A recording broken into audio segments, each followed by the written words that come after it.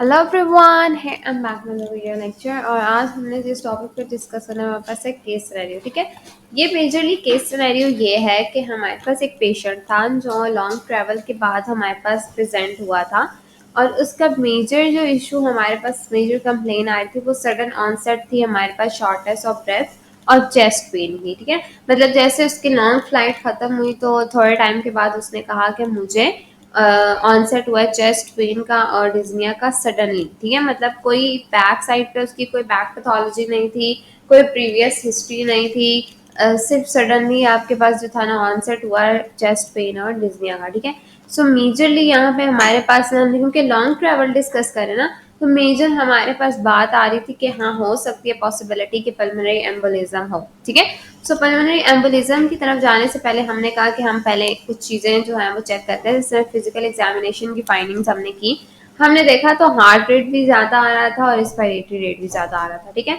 इसके साथ साथ हमारे पास जो ब्रेथ साउंड्स थे ना वो रिड्यूस हो रहे थे, मतलब आपके पास मेजरली जो ब्रेथ साउंड्स है इटसेल्फ वो रिड्यूस हो रहे हैं। ठीक है, अब हमारे पास ब्रेथ साउंड जो थी ना वो हमारे पास जब हमने ऑस्कल्टेट किया तो हमारे पास जो राइट एरिया था, मतलब राइट लंग का लोअर एरिया जो था, ठीक है, वहां पे हमारे पास ये थी ब्रेथ साउंड रिड्यूस थी एज कम्पेयर टू बाकी पार्ट्स में लंग्स के या ऑपोजिट लंग में, मतलब लेफ्ट साइड पे।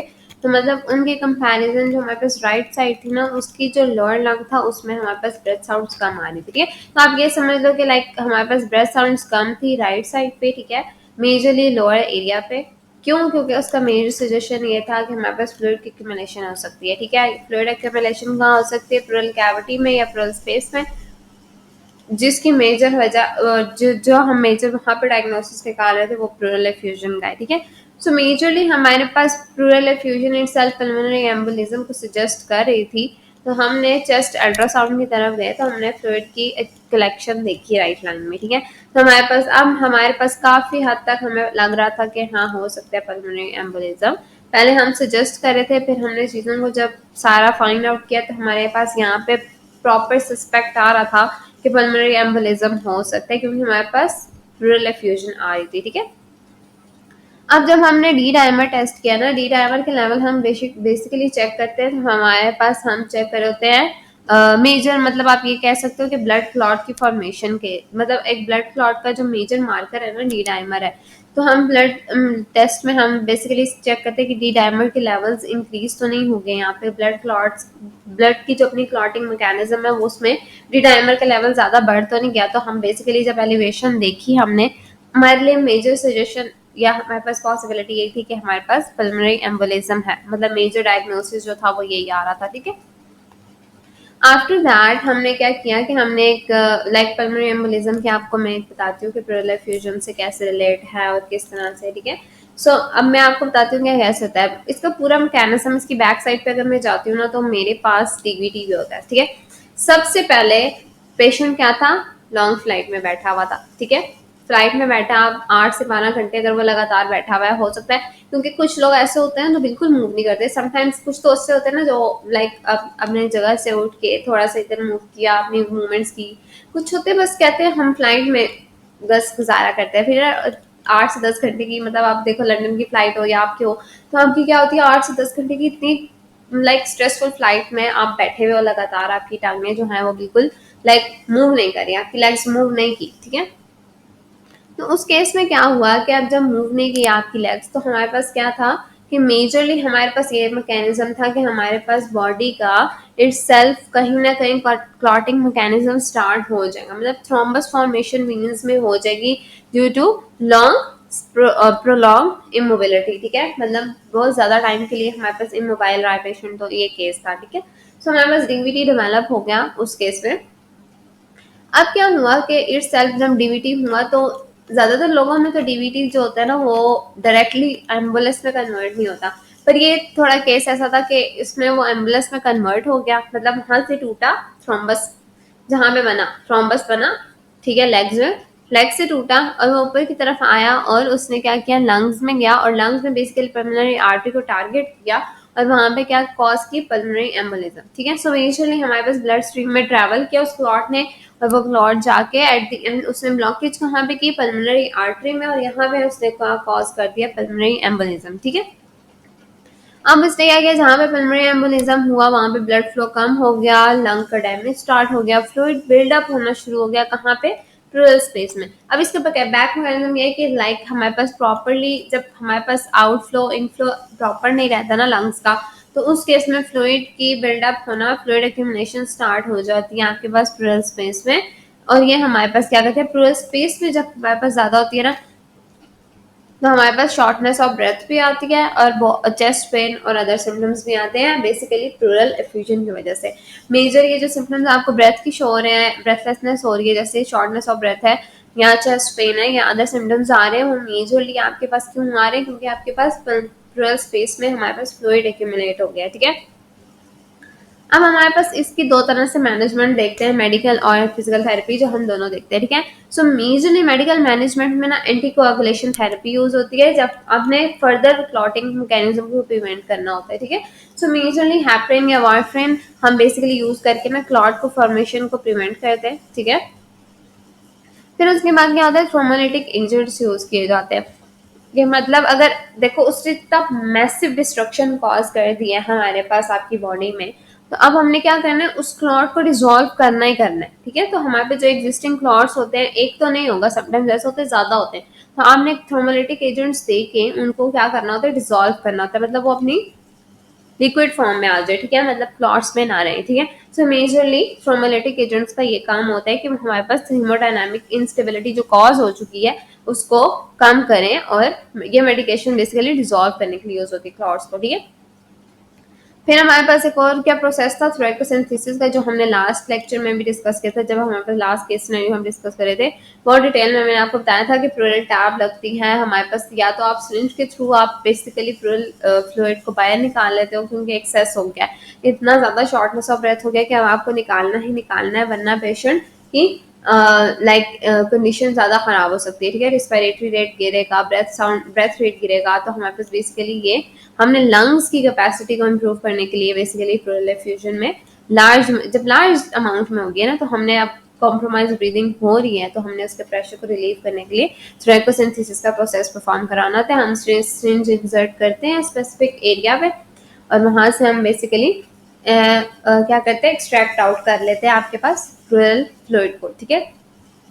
लेकिन इसके साथ साथ एक और मैकेनिज्म होता है जिसमें आप प्लूरल टैब लगा देते हैं, शायद आप लोगों में से किसी ने देखा भी हो हॉस्पिटल सेटिंग्स में, तो प्लूरल टैब लग जाती है और उसके थ्रू भी होता है, ठीक है। तो सो मेजरली कुछ ये प्रोसीजर है, जिसमें अब एक और होता है जिसमें इन्फिया वैना कैवा का फिल्टर होता है, जो एंटीकोagulation होती है ना, बेसिकली सम केसेस में कॉन्ट्रा इंडिकेटेड होती है, आप दे ही नहीं सकते, तो ये डिवाइस लगा दी जाती है जो बेसिकली प्रिवेंट करती है क्लॉट्स को, ठीक है, लंग्स तक नहीं पहुंचने देती है। मतलब ये ऐसी डिवाइस होती है, एक फिल्टर टाइप होता है जो इन्फिया वैना कैवा फिल्टर, इसको इसलिए कहते हैं कि ये वहां से आगे क्लॉट नहीं जाने देते, मतलब इन्फिया वैना कैवा से आगे क्लॉट्स को जाने नहीं देता, प्रिवेंट करता है लंग्स तक रीच करने से, ठीक है। सो मेजरली कुछ ऐसी चीजें हैं जो हमारे पास मेडिकल मैनेजमेंट में होती है। इसके साथ साथ फिजिकल थेरेपी मैनेजमेंट बहुत इंपॉर्टेंट होती है इन पेशेंट्स में, ठीक है। ऑक्सीजनेशन को प्रमोट करने के लिए हम डीप ब्रीदिंग एक्सरसाइज कराते हैं, ठीक है, जिसमें डायफ्रामेटिक ब्रीदिंग होती है मेजरली, ठीक है। हम पेशेंट को कहते हैं आप सांस अंदर लो बाहर लो, डीप ब्रीदिंग एक्सरसाइज में आ गई, ठीक है, हमारे पास हमने सांस रोका, होल्ड करना है, ठीक है, फिर इसको प्रॉपर बाहर निकालना है। Second one was the early mobilisation, जिसमें हम प्रिवेंट करते हैं कॉम्प्लिकेशन सच एज डीवीटी को, या आप प्रमोट करते हो सर्कुलेशन को, ठीक है। सेम मेजरली हमारे पास कुछ ये चीजें थी, ठीक है। अर्ली मोबिलाइजेशन का मतलब ये है कि आप डीवीटी को प्रिवेंट करने के लिए करवाते हो ताकि हमारे पास सर्कुलेशन प्रमोट हो और डीवीटी के चांसेस रिड्यूस हो, ठीक है। सो मोबिलिटी के लिए आप क्या करते हो, आप पेशेंट को खड़ा तो नहीं कर सकते ना, ठीक है, डायरेक्टली, तो आप क्या करते हो, पैसिव आर्म्स करवाते हो, ठीक है, पैसिव आर्म्स करवा के पेशेंट के अर्ली मोबिलाइजेशन को इम्प्रूव करवाते हो। फिर उसके बाद क्या करते हो, आप एक्टिव आर्म्स की तरफ जाते हो, फिर आप पेशेंट को खुद कहते हो कि वो खुद परफॉर्म करे, लेग की मोबिलिटी इम्प्रूव कराएं, ठीक है। लेकिन अगर आपको लगता है कि पेशेंट इटसेल्फ इतना एक्टिव है कि वो खुद मूव कर सकते हैं, तो आप स्लाइड स्लाइड से स्टार्ट कराते हो, क्योंकि डीवीटी में बहुत ज्यादा चांसेस होते हैं एम्बुलेंस क्रिएट होने के, तो आपने बहुत प्रिकॉशंस के साथ इस चीज को लेके चलना होता है, ठीक है। फिर हमारे पास आते हैं ग्रेडेड एक्सरसाइज प्रोग्राम। ये हमारे पास क्या होता है, इंप्रूव करता है कार्डियोवास्कुलर हेल्थ को under close monitoring and allow for safe activity. अब हमारे पास ग्रेडेड एक्सरसाइजेज प्रोग्राम्स होता है ना, बेसिकली हम चेक करते हैं कि कार्डियोवास्कुलर हेल्थ कैसी है मॉनिटरिंग के साथ, फिर हम इसको सेफ एक्टिविटी की तरफ पेशेंट को लेके जा रहे होते हैं। मेजरली हम इस तरह से परफॉर्म करा रहे होते हैं कि पेशेंट किस ग्रेड में है और उसके किस तरह से उसको प्रॉपरली हमने एक्सरसाइज प्रोग्राम बनाना है, उसके बाद जाके हमने उसको उसकी कार्डियोवास्कुलर हेल्थ पे कैसे अप्लाई करना है, मतलब एरोबिक करवानी है या आपने बेसिक से स्टार्ट करवाना है या आपने किस तरफ जाना है या मेजरली किस तरह से करवाते हो। ठीक है, सो मेजर हमारे पास चीजें जो होती है ना ग्रेड एक्सरसाइज प्रोग्राम पे यही होती है। इस पे ना एक छोटा सा पॉइंट और भी होता है जिसमें ना जो आजकल लाइक इन चीजों में तो ऐड कम होता है, ठीक है, लेकिन मैं भी डालना भूल गई हूँ। Majorly chest physiotherapy is so important. ठीक है, चेस्ट फिजियोथेरेपी के ना बहुत ज्यादा इफेक्ट्स होते हैं, मतलब आप सोच नहीं सकते हो इतने ज्यादा। मेरे अपने पेशेंट्स में इतने ज्यादा देखे ना, अगर आप प्रॉपर तरीके से कराते हो विदाउट एनी, लाइक आप ये नहीं कहते कि मैं ये नहीं कहती कि आप बहुत एग्रेसिव तरीके से करवाओ, आप प्रॉपर तरीके से सिर्फ मोबाइल करवा देते हो ना प्लूरल फ्यूजन को, मतलब उसकी मोबिलिटी अच्छी हो जाए, वो खुद ब खुद रिमूव होना स्टार्ट हो जाए उसके पेशेंट से, पेशेंट के रिस्पिरेटरी ट्रैक्ट के थ्रू, समटाइम्स वो माउथ के थ्रू रिमूव कर रहे होते हैं। तो अगर इस तरह से रिमूव हो जाती है आपकी वर्ड से तो इट्स भी बहुत सेफ प्रोसीजर है। ठीक है, तो इसमें कोई बहुत ज्यादा आपका डैमेज नहीं है, आप स्लाइटली सी वाइब्रेट करवा के, आप स्लाइटली सी परकशंस दे के बेसिकली पेशेंट की करवा सकते हो। लेकिन क्योंकि ये मैकेनिज्म थोड़ा सा ऐसा है कि पेनफुल हो सकता है, समटाइम्स पेशेंट की कंडीशन देखनी होती है आपने पूरी डिटेल में, फिर उसके बाद जाके आप इस तरह से करते हो। तो मेजरली कुछ चीजें ऐसी होती हैं जो आपने प्रिवेंट करनी होती हैं, साथ साथ आपने मैनेजमेंट की। मैं चेस्ट फिजियोथेरेपी खुद लाइक अगर मेरे जैसे देखा जाए तो मैं काफी हद तक सजेस्ट करती हूँ, क्योंकि मैंने इसके इफेक्ट्स बहुत ज्यादा देखे, मतलब इतनी ज्यादा स्वेट कंडीशंस में भी मैंने इसके इफेक्ट्स देखे ना। आपके आप ये कह सकते हो कि पोस्ट सर्जिकल पेशेंट जैसे होते थे ना, तो I have seen like laparoscopic after any laparoscopic procedure, ठीक है, किसी भी लेप्रोस्कोपिक प्रोसीजर के बाद भी मैंने पेशेंट्स में रिकवरी के चांसेस देखे हैं। मैंने लंग रिमूवल के बाद, मतलब पार्ट ऑफ द लंग जो हमारे पास बेसिकली आप कहते हो ना उसको रिमूव हो जाता है, या समटाइम्स कंप्लीट लंग रिमूव कर दिया जाता है जिस केसेस में, ठीक है, तो उन केसेस में भी काफी हद तक इम्प्रूवमेंट होती है अगर आपका ऑपोजिट लंग डिफेक्टेड है। ठीक है, तो उन केसेस में भी आप प्लूरल एफ्यूजन के रिमूव करवाने के लिए आप बेसिकली यूज करते हो चेस्ट फिजियोथेरेपी को, लेकिन क्लोज मॉनिटरिंग के साथ। ठीक है, बहुत ज्यादा मॉनिटरिंग करनी पड़ती है आपको जब आप बेसिकली चेस्ट फिजियोथेरेपी दे रहे हो। आप कभी भी पेशेंट के ऊपर एग्रेसिव नहीं जाते, क्योंकि यहाँ पे डिस्ट्रप्शन होती है ब्रीदिंग साइकिल की। ठीक है, अगर मैं एक नॉर्मल पर्सन हूँ ना, मैं अगर फॉर एग्जाम्पल मुझे कोई लंग इन्फेक्शन भी हुआ है, मैं चेस्ट फिजियोथेरेपी देती हूँ, मेरी अपनी भी ब्रीदिंग डिफेक्ट होगी, क्योंकि ये आपके लंग के फंक्शन को स्लाइटली कुछ हद तक जो है डिस्टर्ब करती है थोड़ी देर के लिए। तो अगर आपको लगता है कि पेशेंट की ऑक्सीजन ठीक नहीं है या ऑक्सीजनेशन में कोई मसला आ रहा है तो आप नहीं देते। ठीक है, सो लंग कोलैप्स को प्रिवेंट करना होता है, हमने ऑक्सीजनेशन को प्रमोट करना होता है, तो हम इसके लिए बेसिकली पेशेंट को डीप ब्रीथिंग एक्सरसाइजेस गाइड कर लेते हैं। ठीक है, इंस्टेड ऑफ के हम किसी थोड़े ज्यादा एग्रेसिव, आहिस्ता आहिस्ता आप जा सकते हो, लेकिन एक स्टार्टिंग के प्रोसीजर में नहीं देना। ठीक है, लेकिन हाँ, क्योंकि ये मैं इसलिए बता रही हूँ क्योंकि इसके इफेक्ट्स बहुत ज्यादा है, लेकिन बहुत प्रिकॉशंस के साथ देना है कि पेशेंट को कोई इशू नहीं होना चाहिए। आप यही सोचोगे ना बार बार प्रिकॉशंस की, बेसिकली लोग बहुत ज्यादा गलत तरीके से प्रोसीजर्स अप्लाई कर रहे थे, और I have seen a lot. ठीक है, मैंने अपनी लाइफ में बहुत ज्यादा देखे कि लोग गलत तरीके से प्रोसीजर्स अप्लाई कर रहे थे।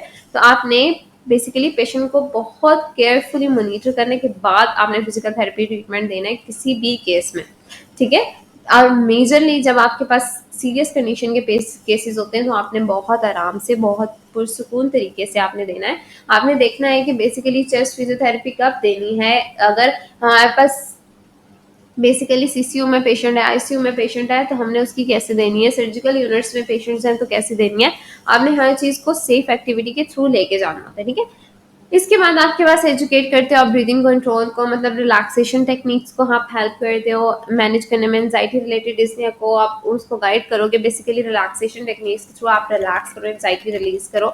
ठीक है, आपने क्योंकि यहाँ पे एंजाइटी रिलेटेड भी डिस्निया होता है समटाइम्स, तो आपने पेशेंट को कहना है कि आपने आपने आपको इतना रिलैक्स रखना है जितना ज्यादा हो सकता है। ठीक है, कोई भी अग्रेसिव, कोई भी ऐसी चीज़ नहीं करनी जिसकी वजह से आपकी जो ब्रीदिंग है वो इटसेल्फ डिफेक्ट हो रही हो। एक तो आपके अपने लंग्स की वजह से हो रही है, लेकिन अगर आपकी वजह से इटसेल्फ हो रही है, कोई आप कोई ऐसी मूवमेंट कर रहे हो या कोई आप ऐसी चीज कर रहे हो, या समटाइम्स स्ट्रेस इटसेल्फ के आपको हेल्थ का अपनी हेल्थ का स्ट्रेस बहुत ज्यादा है, तो आपने पेशेंट को इससे रिलेटेड भी काउंसलिंग करनी होती है, अवेयरनेस देनी होती है कि हाँ आपने किस तरह से करना है, कैसे करना है। Thanks for watching. अगर कोई चीज़ समझ नहीं आई तो आप कमेंट सेक्शन में पूछ सकते हो। ये मैनेजमेंट थी हमारे पास बेसिकली पल्मोनरी एम्बोलिज्म की, और वो प्लूरल एफ्यूजन में हो रहा था, ठीक है। सो मेजरली हमारे पास इसकी डायग्नोसिस यही थी कि pleural effusion in pulmonary embolism, मतलब मेजरली पल्मोनरी एम्बोलिज्म थी, और उसके साथ साथ प्लस प्लूरल एफ्यूजन भी हो रही थी पेशेंट में। So thanks for watching. अगर कोई चीज़ समझ नहीं आया तो कमेंट सेक्शन में आप पूछ सकते हो।